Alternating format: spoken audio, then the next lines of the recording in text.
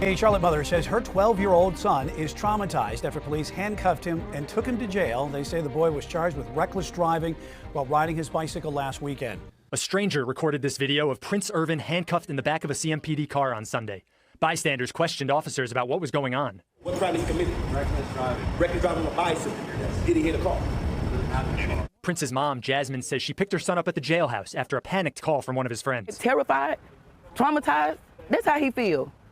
He shouldn't have to. Prince says he was riding his bike in Uptown with a group of more than 50 people, kids and adults. He noticed the police car trailing them for a few blocks. Prince says the lights flipped on and a chase began. He hit the back of my friend's bike. Like he tried to hit him off the bike, basically. I was not gonna stay there so they could do the same to me. In South End, and now alone, Prince says officers caught up to him when he blew a tire. When I was putting my hands behind my back, I was on the ground. So when they was picking me up, they was still like manhandling me. Like. Jasmine says the experience has taken away her child's innocence. You gonna run, you going home to your mother. You wanna feel safe and protected. This big man chasing you with a car and you a little boy on a bike. What you think he gonna do to you if he already hitting your friends? Information on the case is limited because Prince is a minor, but Charlotte-Mecklenburg police say in a statement, officers acted to ensure the safety of the individual seen in the video based on the circumstances at the time.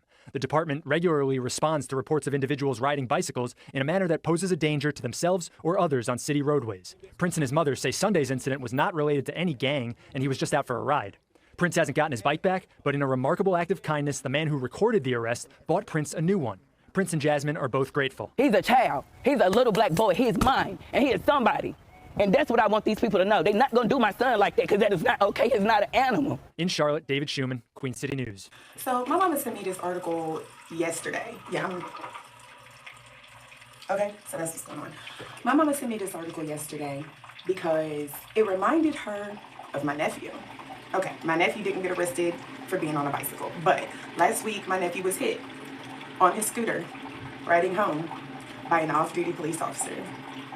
Fortunately, this one was a woman and she actually had a bit of remorse, just a bit of remorse for hitting my nephew on the bicycle. How she didn't see a child on a whole ass scooter, my nephew tall. He a tall little thing. So how you not see him is beyond me. I don't understand how you didn't see him. But okay, that's fine. He's okay. He's not hurt, thank God. But this article reminded my mom and me of what could have potentially happened to my nephew. We see things like this, and what do we automatically do? What you think black folks do? I want to ask any police officer that may be watching this, or former police officer, law enforcement agency, or just if you know you're a little bit bigoted, let me ask you this. What do you think we do when shit like this happens? What do you think? What do you think black moms do when shit like this happens? We warn our children. We warn our children to stay the hell away from you. We have to explain to them rules for thee, but not for me, right? The other little white boys, they can do that. They can do stuff like that. They can go and ride their bicycles in groups of people and not have to worry about getting ran over by a bunch of cops and arrested and terrorized as children. Y'all don't have those experiences. I personally didn't have those experiences as a child, but I have 3 black boys. You think I don't talk to them about this?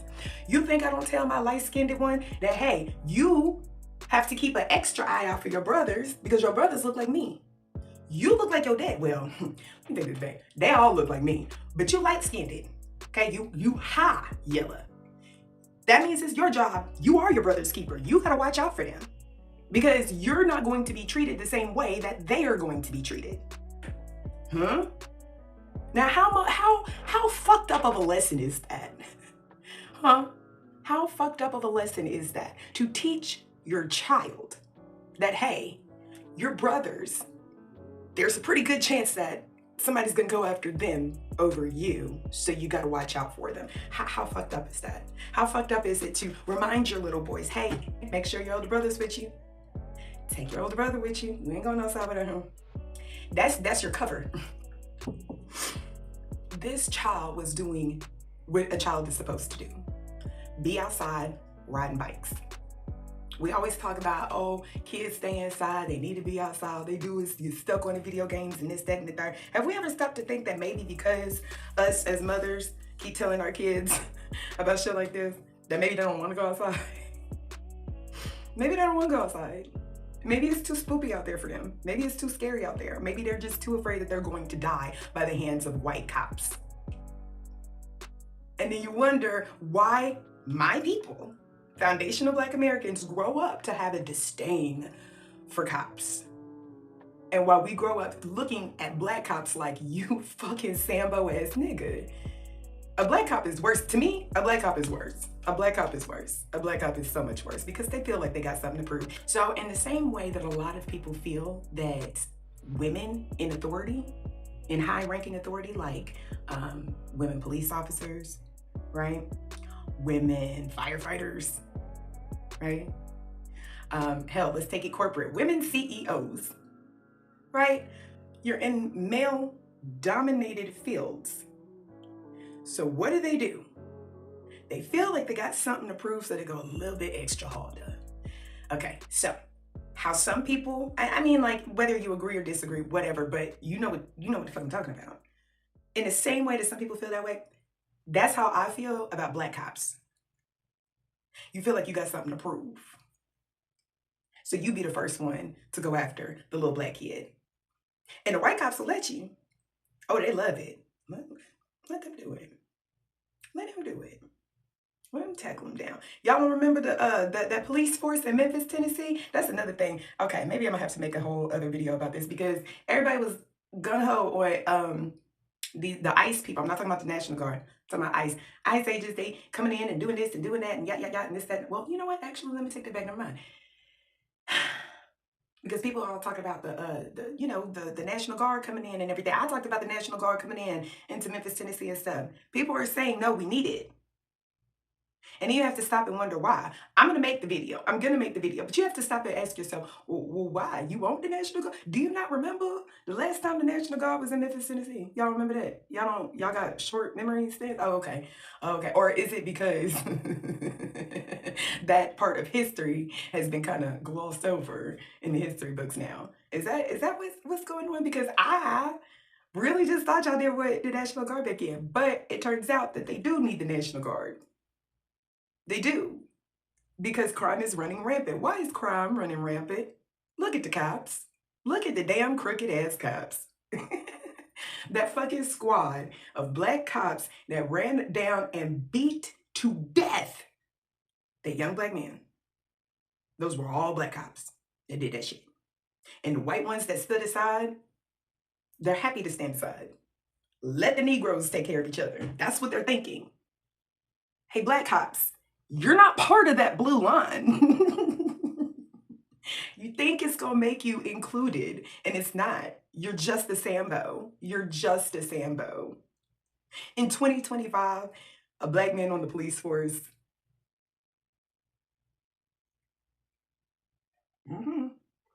This is why Black people, Black children grow up fearing cops. This is why we don't trust police. This is why we side-eye any Black folks that's all buddy-buddy. There's this one chick on my Facebook page.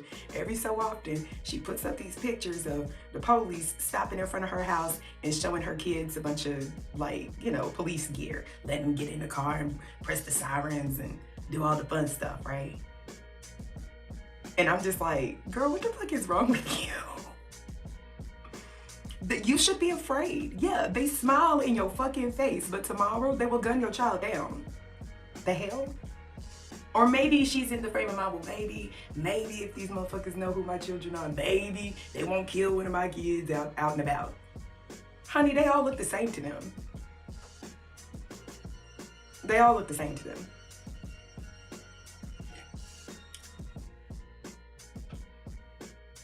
Okay, so what's the course of action? A lot of people, I was recently talking to somebody about this, and again, well, I'll save that for the end.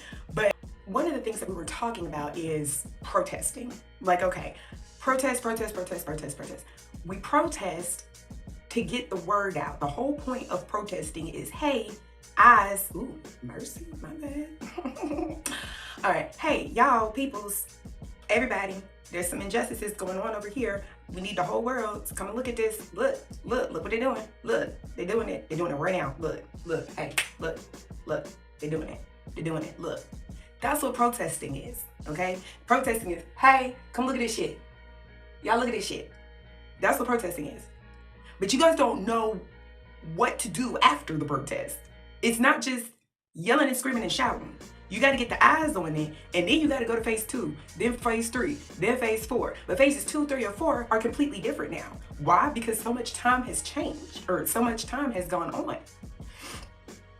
For example, MLK, he knew what to do. He knew phases 1, 2, 3, and 4, right? Phase 1, get out and protest, right? Get the eyes on the story, okay? Phase 2, go and talk to lawmakers. Hey, the whole world is looking at you. You gonna keep fucking up? Is you gonna keep fucking up, or you gonna change some shit? 9 times out of 10, they're gonna say no, this story is gonna pass. And then phase 3 is getting back out there saying, hey, we talked to them and they said they ain't finna do shit. They said they ain't finna do nothing at all. And then phase 4 is when you start fucking shit up. I'm so serious. I'm so serious. Phase 4 is when you start fucking shit up. But I think a lot of politicians realized that. They knew that. They understood that, which is why they give us little bitty breadcrumbs. They give us little bitty breadcrumbs. MLK's day, MLK was fucking shit up. And when they realized that he had the potential to really fuck some shit up, they pulled him into the big 6. Maybe one day we'll talk about that. Maybe one day we'll talk about the big 6. But they was fucking shit up. When MLK died, when Martin Luther King Jr. died, okay? It's so funny because when Charlie Kirk died, everybody, oh, nobody was riding in the streets. Yes, the fuck they were. Yes, the fuck they were. If my mama didn't have, wasn't camera shy, she'd fucking tell you. The whole world was in an uproar when he died. They sent the National Guard to Memphis because they was like, oh shit, they're gonna go off. And go off they did. They went the absolute fuck off. They went that shit. Everybody was fucking lost their goddamn minds. Everybody did. You killed them, okay? Yeah, they're gonna lose their fucking minds. And they did. They did.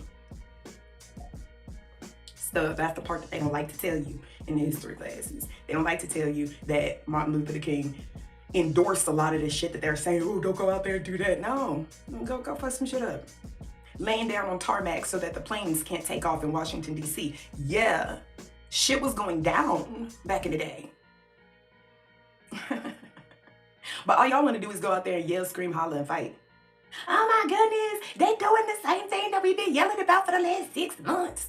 But did you talk to any lawmakers? No. You didn't talk to your mayor, your governor, nothing? No. And now it can't even work like that anymore. Because all they'll say is, we'll just wait it out. Everybody here has the attention spans of fucking goldfish. We'll just wait it out till something else happens. Hey, does anybody know what's going on with that dude that killed that cop? The cop killed the son, and then he was just like, fuck it, lost his mind and went and killed that cop. Just a random cop. It was a random cop. It wasn't even the one that killed the son. It was just like, I'm fucking everybody. I'm killing everybody. Everybody got to die at this point. You remember that story? What happened to him? Because people stopped talking about it. People stopped talking about it. People stopped getting the eyes on it. And they probably end up fucking them up right now. Because the world isn't looking at them no more. They were for a few seconds. And then, just like scrolling on TikTok, here come a new news story. We'll circle back around to that one in a little bit. And you never do. I blame TikTok. I'm sorry, but I blame TikTok. I blame TikTok. I blame shorts. I blame reels. I blame anything that conditions us to have a shorter attention span. I think that might actually be the reason behind getting us to have short attention spans so that they can get away with doing a bunch of fuck shit. Not just the black people, just fuck shit in general. Epstein, they really thought that they could just bury Epstein in all of this fuck shit that they doing. Luckily, that one's not working. But you see all of this shit, the Clinton Foundation, plenty of people have done tons of documentaries on where that money was going, who was getting funded by that money, where the kids was going. Oprah had that school in Africa where the teachers, the professors, the nuns, whatever, they was beating the hell out of them little girls and some more shit. Y'all remember that? Okay. How about this one? Charlie Kirk's wife started a foundation when she was 17 years old. For please look this up because I'm not doing any research on this. I really don't care that much. But it was something to do with like a Romanian orphanage. I don't know if it was Romanian or not, but some kind of orphanage somewhere. And she not that. She ain't Romanian or whatever. She not that. And it's like, well, why at 17 years old would you, huh? Girl, what is you doing? And then it turns out that these orphans were being shipped off to places like Israel. A lot of these kids they can't find. I don't know what the fuck happened to them. The shit is plain as day right in fucking front of you. It's right there. It's right there. Plenty of people on YouTube are doing the research already. All you gotta do is just watch the video and then fact check it. Look it up for yourself. All of this shit is happening right in front of our fucking faces. But again, we have too little attention spans to hold on to the fuck shit long enough to say, okay, you the bad guy. You the bad guy. Hey, come get him. He the bad guy. Come get the bad guy. Y'all wanna get the bad guy. Y'all wanna get the bad guy because 1 hour later. this shit's just gonna keep on happening. This shit's just gonna keep on happening. It's not gonna stop. None of this is ever gonna stop. It's never gonna stop. It's never gonna get any better because people don't understand. You have to be able to understand. They don't give a fuck about us for real like that. I'm sorry, but they don't give a fuck about you like that. They really in the fuck don't. So if you really want to change, you gotta be able to listen to the news story, get the facts, and go to your leaders and say, this some fuck shit. What y'all finna do about this? Go to the mayor and say, what is you finna do about this? Oh, well, that's not even within our jurisdiction. We can't put oh, okay, cool. Well, have fun in your little house, because you finna get voted the fuck out. Have fun. You got the rest of this term, and then we getting you the fuck out. Not only that, but it's like, you don't just get the bad person out. You have to have someone already ready to be installed. Do you know what a coup is? Do you know how a coup works? That's how, you gotta have your own person. Okay? You gotta have your own person to run. You can't just go up to your mayor and say, I'ma threaten you. This finna be your last term. You ain't finna get nobody else, and then not have somebody already ready to go to take the spot. And it can't just be any old regular schmeggler, deadly ass Negro. It has to be somebody that you know can put the work in. Just some random ass nigga off the street? No. We need somebody that's actually gonna get the work done. And who give a fuck about their personal life? Is they touching kids? No? Okay, cool. We're gonna use them. Okay? We're gonna use them. Oh, he cheats on his wife? We don't give a fuck. This movement is bigger than the marriage. Okay, that's what Coretta said. This movement is bigger than my marriage is what she said. We gotta be able to not get so butthurt when we find out that people that we like do things that we don't like. Stop getting mad, stop getting angry about that. That doesn't mean that I'm gonna take the whole baby and throw it out with the bathwater. You're supposed to keep that baby. Keep the baby. The bathwater is nasty. It's nasty, okay? It got the whole day in that bathwater, okay? And babies be farting in the bathtub too. So you got fart water that y'all trying to save and y'all tossing out the baby. The baby is fine, okay? The baby's fine. Toss out the dirty, nasty, all day fart water. Throw that out. It's not good. It's not good. It's not good. The baby's fine. Baby's fine. Leave the baby alone, actually. Leave the baby alone. Go take care of the bathwater. And while you at it, go take care of them dishes too. Because what? I don't know what that was supposed to be an analogy for, but I know somebody got dishes and they stink right now. And that somebody is me. So anyways, that's like literally it. I don't have nothing else to say. Like, step 1, step 2, step 3, step 4. Y'all still stuck on phase 1. Stuck on it. Stuck. You're all about the emotional and you don't want to do anything substantial to actually fix the problem. Anyway. Yeah, my uploads have been slowed down these last few weeks. I warned y'all. I warned you that I wasn't going to be uploading as much. I'm really not going to be uploading as much right now. Because I got a bigger thing that I'm working on. I'm working on something bigger, okay? So just stay tuned for that. If you're not subscribed, go ahead and subscribe. because it's gonna be a thing. It's gonna be a whole thing. Okay. And if you are subscribed, make sure you like the video or whatever. What it is I'm supposed to say? Join the Patreon, right? And enjoy the outro. That's it for me, y'all. I'm out. And the two of us need look no more. We both found what we was looking for. With a friend to call my own. I'll never be alone.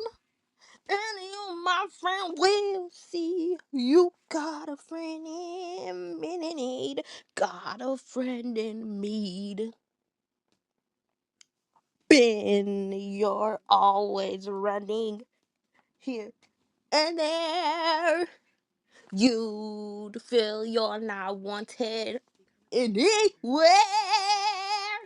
If you ever look behind and don't like what you find, there's something you you should know. You got a place to go. Got a place to go. I used to say I am me.